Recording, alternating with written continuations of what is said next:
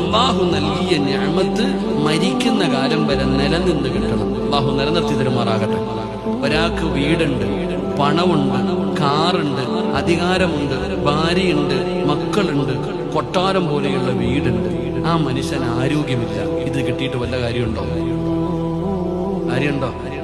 ആവശ്യത്തിന് പൈസ ഉണ്ട്, നിനക്കൊരു മട്ടൻ മന്തി പോലും തിന്നാൻ പറ്റത്തില്ല, പിന്നെ പൈസ കൊണ്ട് കാര്യമുണ്ടോ?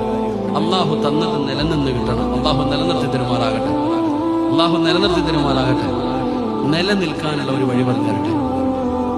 നിനക്ക് അള്ളാഹു നൽകിയ നിഅമത്തുകൾ മുഴുവനും മരിക്കുന്ന കാലം വരെ നിലനിൽക്കാനുള്ള ഒരു വഴി പറഞ്ഞു തരട്ടെ.